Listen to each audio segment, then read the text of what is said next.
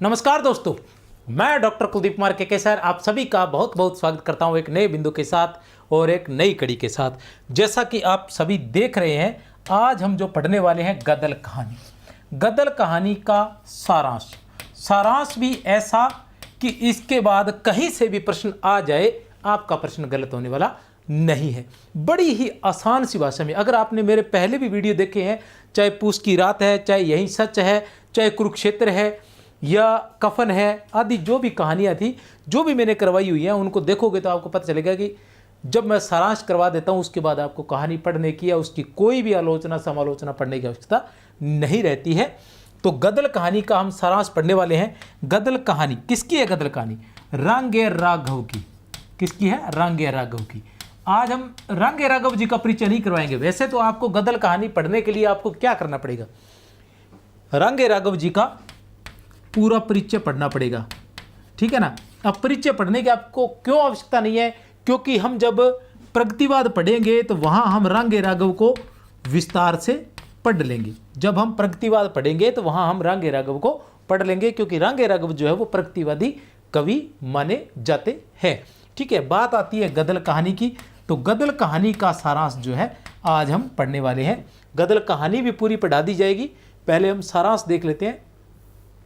गदल, ठीक है, बहुत ही शानदार कहानी है, नायिका प्रधान कहानी है ये, ठीक है ना। और नायिका प्रधान कहानी है, चरित्र प्रधान कहानी है। इसमें चरित्र जो है वो उद्घाटित किए गए हैं लेखक द्वारा। और इसके अलावा लेखक ने मतलब एक विशेष जाति विशेष की रूढ़ियों, उनकी संस्कृति, उनके खान पान, उनका रहन सहन, उनकी परंपराएं, उनकी प्रथाएं, इन सब का चित्रण इसमें किया गया है। और जो रांगे राघव द्वारा चित्रण किया गया है वो वास्तविक चित्रण है। अगर कोई उस जाति से बिलोंग करता है या उनके बीच में रहता है, विशेषकर राजस्थान के लोग तो अच्छे से उसके बारे में जानेंगे और वो अच्छे से जान पाएंगे कि किस तरह से उन्होंने उनके न केवल बाहरी, ठीक है ना, चरित्र का उद्घाटन किया है, बल्कि उनके आत्मिक अंदर से उनकी क्या भावना रहती है उसका बड़ा अच्छा सा और एक ऐसा तालमेल, प्रेम, स्वाभिमान, समर्पण, इन सब का। क्योंकि प्रेम में स्वाभिमान नहीं रहता कहीं कहीं, लेकिन यहाँ प्रेम, स्वाभिमान, समर्पण, त्याग, ठीक है ना, इन सब का ऐसा मिश्रण रांगे राघव ने प्रस्तुत किया है कि बहुत ही आनंद आता है। मतलब आप इस कहानी को पढ़ेंगे और शुरुआत में जब पढ़ना शुरू करेंगे तो आपको समझ में नहीं आएगा कि बात क्या हो रही है, लेकिन जब कहानी आधी पढ़ लेंगे तब जाके आपको आनंद आना शुरू होगा और आपको पता चलेगा कि इस प्रकार का प्रेम भी होता है। विशेष रूप से ये एक प्रेम की ही कहानी है। इसकी तुलना हम उसने कहा थे कहानी से कर सकते हैं। किससे? उसने कहा था कहानी से। क्यों कर सकते हैं? उसने कहा था, ठीक है ना। तो जैसा कि हम प्रेम के बारे में पढ़ते हैं, प्रेम जो है वो लेने का नहीं देने का नाम है। इसमें त्याग की भावना छिपी रहती है, ठीक है ना। त्याग की भावना छिपी रहती है, समर्पण की भावना छिपी रहती है, ठीक है। तो ये उसने कहा था जिस प्रकार की प्रेम कहानी है, उसी प्रकार की गदल भी प्रेम कहानी है। तो जब आप पढ़ेंगे तो इतना आनंद आएगा और अंत होते होते जो अंतिम वाक्य है वो भी बहुत शानदार वाक्य है। मैं यहाँ न केवल उसके पात्र परिचय लेकर उपस्थित हुआ हूँ, साथ साथ में सारांश भी करवाया जाएगा और उसके साथ जो कथन है महत्वपूर्ण वो भी मैं करवा दूंगा। महत्वपूर्ण कथन से तात्पर्य नहीं, कहानी में तो बहुत से कथन है जो महत्वपूर्ण है और उनको पढ़ के आपको बहुत आनंद आएगा, लेकिन मैं ऐसे कथन लेके आया हूँ जिनमें आपको लगे कि ये कथन किसका हो सकता है। क्योंकि बहुत से कथन आपको ऐसे मिलेंगे जो क्या है कि आप पढ़ोगे, अगर उसके बाद उसी कथन में आपको पता चल जाएगा कि ये कथन किसका है और किससे है। क्योंकि एक बार कहानी पढ़ने के बाद में आपको पता चल जाएगा कि कहानी की नायिका कौन है, कहानी का नायक कौन है, कहानी में जो विलेन होता है वो कौन है, या खलनायक कौन है। ये सारी बातें कौन कौन किस प्रकार का कैसा चरित्र है, एक बार पढ़ते ही आपको पता चल जाएगा। तो वैसा ही कथन आते ही आप पहचान जाओगे। लेकिन मैं यहाँ ऐसे कथन लेकर उपस्थित हुआ हूँ जिनको पढ़ने के बाद आपको लगेगा कि इसका भी हो सकता है और उसका भी हो सकता है, ये किसका कथन है और किससे है। वैसे कथन मैं यहाँ लेकर उपस्थित हूँ, अलग से निकाले मैंने। अब सबसे पहले पढ़ते हैं पात्र परिचय। पात्र परिचय की बात करें तो गदल जो है वो नायिका है, इस कहानी की नायिका है। यह कहानी जो है ये नायिका प्रधान कहानी है। ये पूरी की पूरी कहानी जो है वो गदल की ही कहानी है। गदल की आयु जो है वो 45 वर्ष है, रंग गोरा है और गन्ना की पत्नी है। किसकी पत्नी है? गन्ना की पत्नी है। कहानी के शुरुआत यही से होती है कि इसका जो पति है उसकी जो है मृत्यु हो जाती है। कितने वर्ष की आयु में? लगभग 55 वर्ष की आयु में मृत्यु हो जाती है। ये पूरी कहानी किसकी है? गदल की कहानी है। और इसमें हम उसके पूरे परिवार को भी देखेंगे। अब गदल है, उसके पति का नाम क्या है? गन्ना है। ये रहा गन्ना। गदल का पति, आयु इसकी 55 वर्ष है, मृत्यु के समय इसकी आयु 55 वर्ष थी। डोडी गदल का देवर है, आयु इसकी 50 वर्ष है। यह भी विवाहित था, लेकिन पत्नी व बच्चे सब मर गए। जो डोडी है वो भी विवाहित था। कौन कौन से हैं? सिर्फ नाम याद रखने। गदल जो नायिका है, कहानी भी नायिका प्रधान है, ठीक है। दूसरा जो है गन्ना, उसका कोई इसमें रोल नहीं है, कोई कथन नहीं है, याद रख लेना। बस शुरुआत में इतना बताता है कि गन्ना नाम का एक व्यक्ति था जो गदल का पति था, लेकिन उसकी मृत्यु 55 वर्ष की आयु में हो गई थी। कहानी जो है, कहानी गदल की चल रही है और या फिर डोडी की चल रही है। अब डोडी जो है उसने भी विवाह किया था, लेकिन उसकी पत्नी और जो बच्चे थे वो सब मर गए थे। अब वो वहीं साथ में रह रहे, वहीं गदल का परिवार और डोडी का परिवार दोनों साथ ही रहते हैं। और कहीं न कहीं डोडी जो है वो गदल से प्रेम करता है, ठीक है। और कहीं न कहीं गदल भी जो है वो डोडी से प्रेम करती है। जैसे कि पहले प्रथा भी ऐसी होती थी कि अगर पति की मृत्यु हो जाती है तो वो देवर से उसका विवाह कर दिया जाता था, या जैसे कहानी की भाषा है कि बैठ जाती थी, ठीक है ना। अगर पति मर गया तो वह अपने देवर के यहाँ भी बैठ जाती थी। और बहुत सी प्रथाओं में ऐसा भी है, गांव में ऐसा भी हो जाता था कि अगर उसकी विवाह हो चुका है तो भी वह दूसरी पत्नी के रूप में देवर के ही बैठ जाया करती थी, या देवर से उसका विवाह हो जाता था,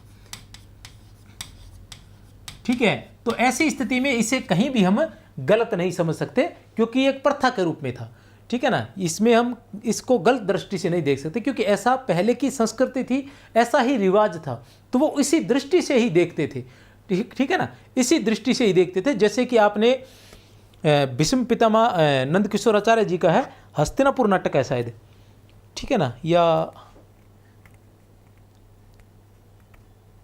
ऐसा ही नाटक है शायद। तो उसी के अंदर जैसे दिखाते हैं कि वो जो भीष्म पितामह है, वो क्या नाम है, क्या बोलते हैं उनको, भीष्म पितामह के बड़े भाई होते हैं, वो उनका देहांत हो जाता है, और फिर वो नियोग के लिए भीष्म पितामह को भेजते हैं। मतलब वो उसकी माता चाहती है कि भीष्म पितामह जाए, लेकिन वो जाते नहीं है। तो ऐसी प्रथाएं मतलब प्राचीन काल से हमारे यहाँ चल रही थी। तो इसके अंदर हम उस गलत दृष्टि से हम नहीं देख सकते। तो डोडी भी कहीं न कहीं गदल से प्रेम करता है, और गदल भी यही चाहती है कि अगर उसका पति मर गया तो अब वह उसे डोडी अपना ले। लेकिन डोडी कहीं न कहीं आधुनिकता में बंधा वो ये सोचता है कि कल को लोग क्या कहेंगे। वह ये मन में सोचता है कि कल को लोग क्या कहेंगे। कहीं ऐसा तो नहीं है कि इनके पहले से ही संबंध थे, जब भाई जिंदा था तब भी कहीं संबंध थे, या तब भी कहीं ये पसंद तो नहीं करता था। अगर मैं आज गदल से विवाह करता हूं तो लोग कहेंगे कि इसका पहले से ही ये इसको पसंद करता था, जबकि हमारे बीच में ऐसा कुछ भी नहीं था, या इन दोनों के बीच में ऐसा कुछ नहीं था, ठीक है ना। हाँ, जो गदल का परिवार था उसी के बच्चों को, गदल के बच्चों को ही डोडी अपने बच्चे मानने लग गया था, और इसलिए वह उन्हीं की ही देखभाल करता था और उनके साथ ही रह रहा था, उन्हीं से उनको स्नेह था। और कहानी जब अंत होती है तो आपको बता दूं, अंत में गदल जो होती है वो डोडी को छोड़ के चली जाती है। अंत में डोडी को छोड़कर ये है, क्या नाम है, मोनी के यहाँ बैठ जाती है, ठीक है ना। आयु इसकी 32 वर्ष है, ठीक है ना, 32 वर्ष है। मोनी के यहाँ बैठ जाती है। तो मोनी के यहाँ बैठ जाती है तो एक ही दिन में डोडी की मृत्यु हो जाती है। वो उसका वहाँ एक दिन भी जाना सहन नहीं कर पाता है, वह इतना उससे प्रेम करता है। और गदल को जब इस बात का पता चलता है तो उसका जो पति है मोनी, वो उसे रोकने की कोशिश करता है। वो कहता है कि अब तू मेरी पत्नी हो गई है, अब वो तेरा देवर नहीं रहा है। तो वो कहती है कि मैं किसी के रोके से रुकने वाली नहीं हूँ। फिर वो आती है और उसका जो मृत्यु भोज होता है वो भी करती है, पूरी सरकार से लड़ती है। एक तरफ पूरी सरकार को वो मतलब जो पुलिस होती है उसको रिश्वत देती है, लेकिन वो बड़े पुलिस वाले के पास शिकायत होने से पुलिस उसके घर आ जाती है, वह उनसे लड़ती है, ठीक है ना। आपस में गोलियां भी चलती है, लेकिन वो मृत्यु भोज करती है। वो कहती है डोडी का मैं मृत्यु भोज करूंगी। और अंतिम जो शब्द होते हैं, जैसे कहा था ना उसने कहा था, उसी तरह से गदल के भी अंतिम शब्द होते हैं। वो क्या होते हैं? वो ये होते हैं कि वो कहती है कि वो पूछते हैं, जब अंतिम गोली चलाती है ना, वो अपने बच्चों को तो वहाँ से निकाल देती है। ये पूरी कहानी मैं सुनाऊंगा आपको, अपने बच्चों को निकाल देती है, ठीक है ना। लेकिन क्या होता है, पुलिस की जब उसको गोली लगती है तो वो आवाज़ लगाती है, जैसे कुछ कहती है, तो वो कहती है अरे यहाँ तो स्त्री है। तो वो पूछते हैं तुम कौन हो? तो वो कहती है कि मैं उसकी हूँ, मैं उसकी हूँ जो मेरे बिना एक रात भी न रह सका। वो पूछते हैं कि कौन हो, तुम कौन हो? तो वो कहती है कि मैं उसकी हूं जो मेरे बिना एक रात भी न रह सका। तो वो कौन था? वो था डोडी, ठीक है ना, गदल। और गदल उसको छोड़कर क्यों जाती है? क्योंकि वो उससे तड़फाना चाहती है। वो कह रही है कि जब मैं तड़फ रही हूं तो ये भी तड़फे भी, ये मुझे, इसका अधिकार बनता है कि ये मुझे अपनाए। देवर का अधिकार बनता है कि वो अगर उसके भैया नहीं रहे तो वो अपनी भाभी को अपना ले, लेकिन ये मुझे नहीं अपना रहा है, तो फिर मैं इसी को तड़फाने के लिए वो दूसरी जगह विवाह करती है। लेकिन जैसे ही उसकी मृत्यु होती है तो वो वापस आ जाती है और अंत में गदल मर भी जाती है। गदल के बच्चे हैं, ये कहानी मैं सुनाऊंगा। निहाल, ये गदल का बड़ा बेटा है, ठीक है ना, गदल का बड़ा बेटा।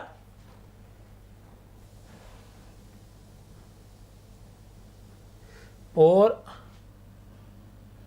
निहाल जो है वो गदल का बड़ा बेटा है, और इसका बड़ा बेटा, गदल के दो बेटे हैं, बड़ा बेटा 7 वर्ष का है और छोटा बेटा 4 वर्ष का है। निहाल जो है वो गदल का बेटा है, और इसका जो गदल का जो बड़ा बेटा है वो 7 वर्ष का है, छोटा बेटा 4 वर्ष का है, और सबसे छोटी बेटी जो गोद में है। मतलब गदल जो है वो पोते पोतियों वाली है। गदल का बेटा कौन है? निहाल है। गदल का बेटा कौन है? निहाल है, बड़ा बेटा है ये। और उसके 2 बेटे और 1 बेटी भी है। दुल्ला, दुल्ला निहाल की पत्नी है, इसी निहाल की पत्नी है। और नारायण, नारायण गदल का छोटा बेटा है, आयु उसकी 22 वर्ष है, इसके भी 2 संतान हैं। मोनी जो है जिसके यहाँ गदल बैठ गई थी, आयु 32 वर्ष, लोहरे गुज्जर है। जो ये गदल का परिवार है, ये याद रख लेना, पूछा जाता है कौन सा गुज्जर है? खारी गुज्जर। कौन से है? खारी गुज्जर।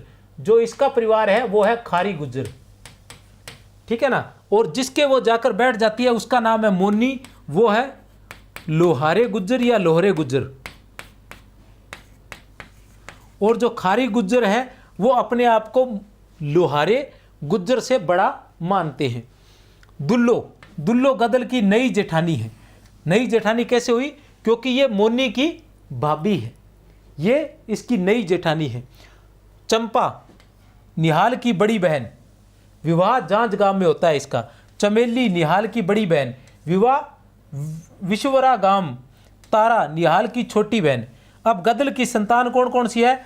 गदल की संतान है, सबसे बड़ी चंपा है, लड़की, उसके बाद चमेली, उसके बाद निहाल बेटा, फिर तारा लड़की, फिर नारायण बेटा। कुल 5 संतान है गदल की, समझ गए। बड़ी बेटी चंपा, उससे छोटी चमेली, फिर उसके बाद लड़का है निहाल, उसके बाद तारा लड़की है, और उसके बाद अंतिम में सबसे छोटा बेटा है नारायण। इसकी आयु 22 वर्ष है। निहाल की आयु नहीं बता रखी यहां, ठीक है ना।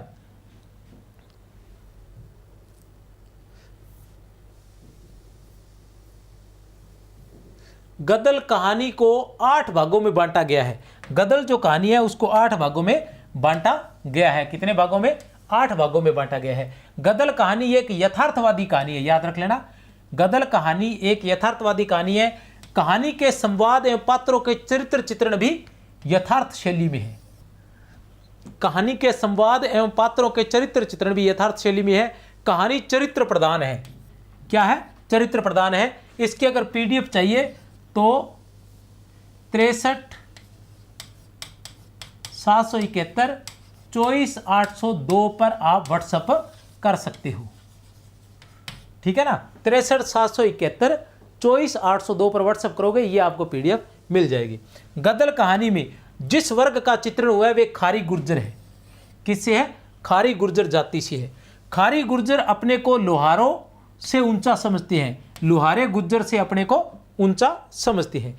गदल जिसके यहाँ बैठी थी उसका नाम मोनी था जो हम पढ़ चुके हैं, जो लोहारे गुज्जर था।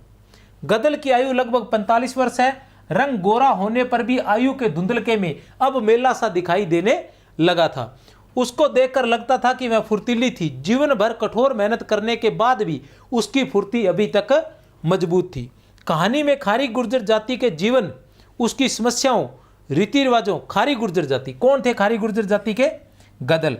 गदल का परिवार जो है वो खारी गुर्जर जाति है, और उस परिवार के जीवन, उसकी समस्याओं, उसके रीति रिवाजों, उसकी रूढ़ियों, उसके संस्कारों का चित्रण सांकेतिक शैली में किया गया है। गदल कहानी यथार्थवादी प्रगतिशील कहानी है। यथार्थवादी प्रगतिशील कहानी है। महत्वपूर्ण कथन, महत्वपूर्ण कथन की हम बात करते हैं तो गन्ना मरा, शुरू यहां से होती है कहानी कि गन्ना मरा तो 55 वर्ष का था, गदल विधवा हो गई। गदल का बड़ा बेटा निहाल 30 वर्ष के पांच पहुंच गया। गदल का बड़ा बेटा कितना? 30 वर्ष का, अपने को पता नहीं था ना। उसकी बहू दुल्ला का बड़ा बेटा 7 का। ये किसका बड़ा बेटा? निहाल का बड़ा बेटा। दूसरा 4 का, और तीसरी छोरी थी जो उसकी गोद में थी। निहाल से छोटी तारा।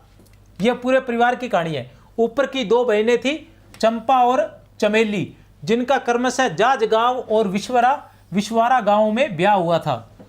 आज उनकी गोदियों से उनके लाल उतरकर धूल में गुटरू चलने लगे हैं। गुटरू। अंतिम पत्र नारायण अब 22 का था। अंतिम पुत्र नारायण अब 22 का था, जिसकी बहू दूसरे बच्चे की मां होने वाली थी।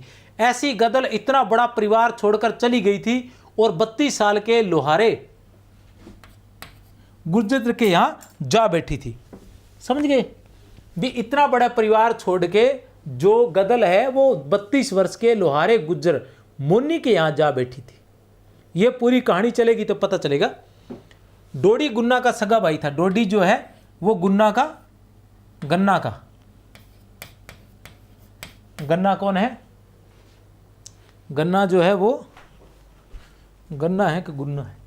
गन्ना जो है वो गदल का पति था।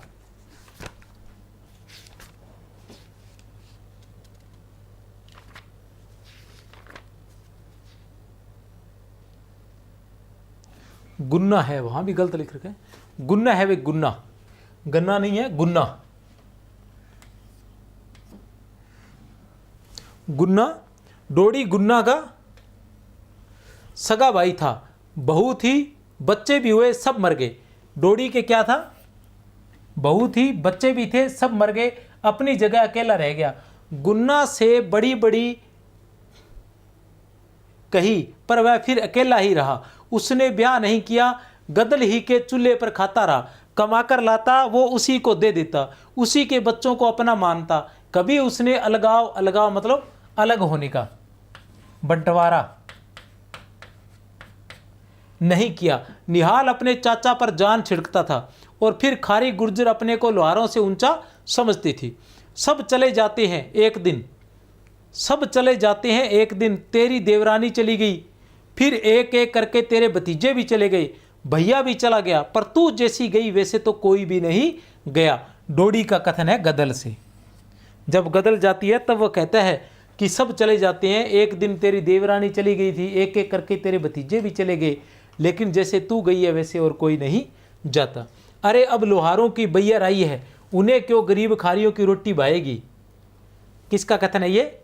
एक स्त्री का कथन है। फिर एक कथन आएगा, मट्टी ने खा के आई, सारे कुनबे को चबा जाएगी। डायन ऐसी नहीं तेरी गुड़ की भेली, जो न खाएंगे हम तो रोटी गले में फंदा मार जाएगी। ठीक है ना? किसका कथन है ये? ये कथन है गदल का। गदल का कथन है। किससे है? नई जेठानी से। नई जेठानी से है। दंड धरवाने आया हूं अम्मा, दंड धरवाने आया हूं अम्मा कहकर नारायण आगे बैठने को बढ़ा। ठीक है ना? तो दंड धरवाने आया हूं अम्मा। कौन दंड धरवाने के लिए आया था? नारायण। किससे? गदल से। किससे? गदल से। दंड धरवाने आया हूं अम्मा, ठीक है ना। तो किससे दंड धरवाने आया था? गदल से। कौन? नारायण। नारायण कौन था? गदल का छोटा बेटा था। अब गदल का छोटा बेटा अपनी मां से दंड धरवाने आया है, तो किस बात का दंड धरवाने आया है और क्या दंड धरवाने आया है वो भी आपको बता दूं कि गदल जो थी वो अपने घर को छोड़ के किसी दूसरे के यहां जा बैठी थी। क्या नाम था उसका? उसका नाम था मोनी। क्या नाम था उसका? मोनी नाम था। कितने वर्ष का था वो? 32 वर्ष का था। कितने वर्ष का था? 32 वर्ष का था। उसके यहाँ जा बैठी थी और खुद की उम्र कितनी थी? 45 वर्ष। लेकिन वह मोनी के यहाँ जा बैठी थी। तो इस बात से नारायण जो उसका छोटा बेटा 22 वर्ष का था वो नाराज हो गया और उससे इस बात का दंड मांगने के लिए गया था। और दंड के रूप में गदल ने क्या दिया? गदल ने अपने चांदी के कड़े उतार कर उसको फेंक के मारे थे कि ये ले, तू ले और अपना चला जाए यहाँ से, ठीक है। इस तरह से अब ये सब एक दूसरे से बहुत अधिक प्रेम करते हैं, लेकिन यहाँ सभी के एक दूसरे से नाराजगी है। गदल जो है वो अपने बच्चों से बहुत अधिक प्रेम करती है और बच्चे अपनी माँ से बहुत अधिक प्रेम करते हैं। लेकिन गदल का जो प्रेम है वो डोडी से है। कहीं न कहीं वो स्वाभिमानी स्त्री है, वो घर पे पड़ा नहीं रहना चाहती। वो इस प्रकार की स्त्री है कि वो चाहती है कि घर पर उसका राज चले। और राज कब होगा? जब डोडी उससे विवाह करेंगे, ठीक है ना। नहीं तो वह असहाय महसूस करती है और वह असहाय अवस्था में वह जीना नहीं चाहती, वह स्वाभिमान के साथ जीना चाहती है। जो गदल है वो स्वाभिमान के साथ जीना चाहती है और वो कहीं न कहीं सोचती है कि डोडी जो है वो उससे विवाह करे, लेकिन डोडी विवाह नहीं करता है तो उससे बदला लेने के लिए वह मोनी के यहाँ जाकर बैठ जाती है, वहाँ बैठ जाती है। लेकिन वो प्रेम जो है वो डोडी से ही करती है और अपने बच्चों से ही करती है। और ये कहानी के अंत में भी होता है। अंत में क्या होता है? जब वो वहाँ जाकर बैठ जाती है तो डोडी से, ये इतनी ही कहानी है, वह वहाँ जाकर बैठ जाती है डोडी से बदला लेने के लिए। लेकिन डोडी से ये सहन नहीं होता। डोडी से ये सहन नहीं होता तो उसे बुखार हो जाता है और उसकी मृत्यु हो जाती है। एक रात में उसकी मृत्यु हो जाती है तो गदल वापस घर पर आ जाती है। घर पर आती है तो उन दिनों क्या है कि कुछ ऐसा चल रहा था सरकार के माध्यम से कि मृत्यु भोज नहीं किया जाएगा। तो गदल कहती है कि उसने इस परिवार के लिए इतना किया तो उसके जाने के बाद हम मृत्यु भोज नहीं करेंगे तो लोग हमें क्या कहेंगे? तुम लोगों ने क्या किया भी? जब गदल के पति की मृत्यु हुई थी तब भी उन लोगों द्वारा मृत्यु भोज नहीं किया गया था। लेकिन इस बार वो कहती है कि मैं देखूंगी, मैं अपने आप देख लूंगी। हालांकि फिर यह था कि पुलिस आएगी तो वह पुलिस को रिश्वत दे देती है। लेकिन ऐसा होता है कि पुलिस को रिश्वत तो दे देती है, लेकिन मोनी जो इसका दूसरा पति होता है वो ये सहन नहीं कर पाता, ठीक है ना। तो इसलिए वो क्या है कि बड़े ऑफिसर को शिकायत कर देता है। बड़ा ऑफिसर वापस उस ऑफिसर को कहता है, वह ऑफिसर इनके घर आते हैं और इनके घर पे मृत्यु भोज चल रहा होता है। अब इधर से पुलिस आ जाती है, इधर से मृत्यु भोज चल रहा होता है। तब गदल क्या है, अपने बच्चों को ललकारती है, उन्हें कहती है कि तुम्हारे चाचा ने तुम्हारे लिए इतना किया, क्या तुम अपने चाचा के लिए इतना भी नहीं कर सकते? हम लड़ेंगे, पांत को बैठकर खाना खाने दो। जब तक पांत खाना खा रही है तब तक हथियार हमारे पास भी है, हम उनसे लड़ेंगे। तो आपस में गोलियां चलती है, वो उनको गोलियां मारते हैं, पुलिस के साथ गोलीबारी होती है, ठीक है। और वो तब तक चलती रहती है जब तक आखिरी पांत जो है वो खा नहीं लेती। और खाना खाने के बाद जैसे ही पांत खा लेती है तो गदल कहती है अपने बच्चों को पीछे के दरवाजे से उन्हें निकल जाने के लिए कहती है कि तुम सभी यहाँ से निकल जाओ, मैं पुलिस को अपने आप संभाल लूँगी। इस तरह से उसके दोनों बेटे अपने परिवार के मोह में वहाँ से चले जाते हैं और धीरे से पुलिस से लड़ती रहती है। आखिर में उसकी भी गोली लगने से उसकी भी मृत्यु हो जाती है। और मरते वक्त जब वो पूछते हैं कि तुम कौन हो, स्त्री, उन्हें पता चलता है कि ये तो लड़ने वाली स्त्री है, तो वो पूछते हैं तुम कौन हो? तब वो कहती है कि मैं उसकी हूँ, ठीक है ना, मैं उसकी हूँ जो मेरे बिना एक रात भी न रह सका। तो ऐसी प्रेम कहानी है। देखते हैं आगे। घुटना आखिर पेट को ही मुड़ा, 4 जगह बैठेगी तो बेटों के खेत की डोर पर डंडा थुआ तक लग जाएंगे, पक्का चबूतरा घर के आगे बन जाएगा, समझा देती हूं। कौन कह रही है ये कथन जो है, ये कथन किसका है? गदल की नई जेठानी का। नई जेठानी का गदल से। ये कथन जो है गदल की नई जेठानी का है और किससे है? गदल से। वो ऐसा क्यों कहती है कि घुटना आखिर पेट को ही मुड़ा, क्यों कहती है? क्योंकि जब उसका बेटा उससे दंड मांगने आता है तो वह अपने जो आभूषण होती है वो उतार के फेंक देती है। तब उसकी जेठानी कहती है भी ऐसे तू करेगी, यहाँ से तूने दे दिए, अब यहाँ नए बना लेगी, फिर कहीं 4 जगह बैठेगी, दूसरी जगह जाके बैठ जाएगी, वहाँ फिर तेरे बेटे मांगने आएंगे, फिर तू नए दे देगी। इस तरह से 4 जगह बैठेगी तो बेटों के खेत की डोर पर डंडा थुआ।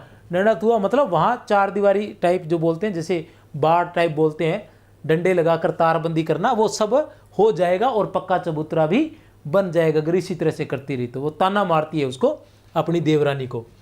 अरे वह वहाँ ढोला सुन रहा है, मैं अभी देख कर आया हूँ।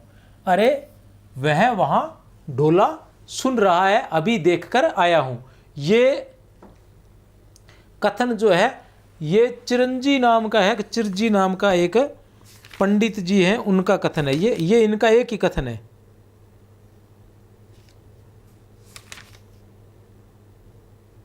चिरंजी किसका कथन है? ये चिरंजी का कथन है। चिरंजी कौन है? चिरंजी जो है वो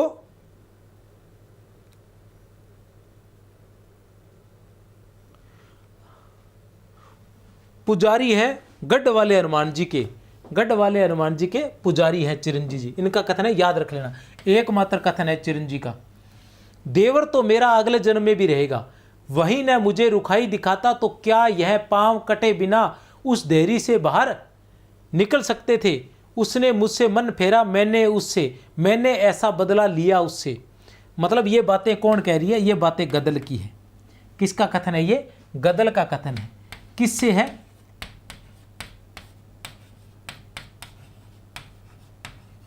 मोन्नी से। किससे है? मोन्नी से, अपने नए पति से। उसका नया पति कहता है कि अब वो तेरा देवर नहीं रहा है। वो कहता है कि अब वो तेरा देवर नहीं रहा है, तू वहां क्यों जा रही है? तब वो कहती है कि देवर तो मेरा अगले जन्म में भी रहेगा, वही न मुझे रुखाई दिखाता तो क्या यह पांव कटे बिना उस देहरी से बाहर आ पाते? उसने रुखाई दिखाई, इसलिए उसने मुझसे मन फेरा, मैंने उससे, मैंने ऐसा बदला लिया उससे। ये जो मैं यहाँ आई हूँ मैंने उससे ये बदला लिया है। गदल ने दरोगा को रिश्वत दी थी, क्या? मृत्यु भोज करने के लिए। किसका मृत्यु भोज करने के लिए? देवर का। देवर कौन था? डोडी। दीवान ने कहा, दीवान ने क्या कहा? जानता हूं दरोगा जी तो मेल मुलाकात मानते हैं, पर किसी ने बड़े दरोगा जी के पास शिकायत पहुंचाई है, दरोगा जी को आना ही पड़ेगा। इसी से उन्होंने कहला भेजा है कि भीड़ छांट दो, वरना कानूनी कार्रवाई करनी पड़ेगी। गदल ने चुपते स्वर में कहा, आदमी का वचन एक बार होता है, हम बिरादरी को नहीं उठा सकते। गदल ने कहा कि आदमी का वचन, अब देखो ऐसा कथन जो आपको पता नहीं चलेगा कि यह कथन किसका है, कि आदमी का वचन एक बार होता है, हम बिरादरी को नहीं उठा सकते। वो कहती है कि पुलिस आए तो आए, कार्रवाई हो तो हो, आदमी का वचन एक बार होता है, बार बार बदलता नहीं है। हमने बिरादरी को खाने पर बिठा लिया है तो हम उसको खाना खिलाकर ही उठाएंगे, उससे पहले नहीं उठाएंगे, चाहे पुलिस कार्रवाई करे तो करे। दीवान जी ने कहा, सब गिरफ्तार कर लिए जाएंगे, समझी? राज से टक्कर लेने की कोशिश न करो, राज से टक्कर लेने की कोशिश न करो। सब गिरफ्तार कर लिए जाएंगे, समझी? राज से टक्कर लेने की कोशिश न करो। किसका कथन है? दीवान जी का, याद रख लेना। गदल ने तमक कर कहा, राजा के पीछे तो आज तक पीछे है। ठीक है ना? भी राजा की चक्की पीसना, राजा के काम करना। पीसना का मतलब पीसना, चक्की पीसना, चक्की पीसने से तात्पर्य काम करना।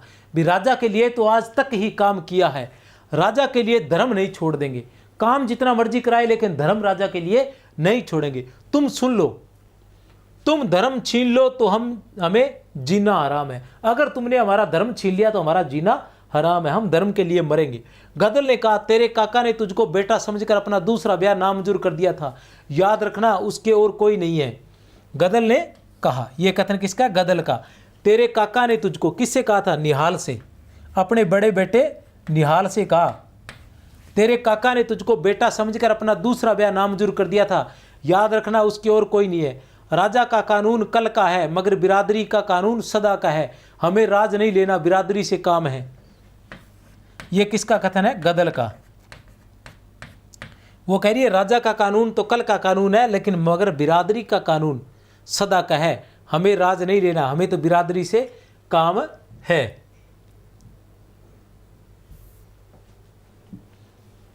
तो ये थी गदल कहानी। ठीक है, उम्मीद करता हूँ आपको पसंद आई होगी। अगर पूरी कहानी वैसे मैं यहाँ भी पढ़वाऊँगा, उसकी PDF भी भेज दूंगा आपको और इसके प्रश्नोत्तर भी करवा दिए जाएंगे। वर्तमान में ये वरिष्ठ अध्यापक में लगी हुई है और उसमें फर्स्ट ग्रेड में, उसमें असिस्टेंट प्रोफेसर में भी, दोनों में लगी हुई है, वरिष्ठ अध्यापक में और असिस्टेंट प्रोफेसर में भी, दोनों में लगी हुई है, दोनों के लिए।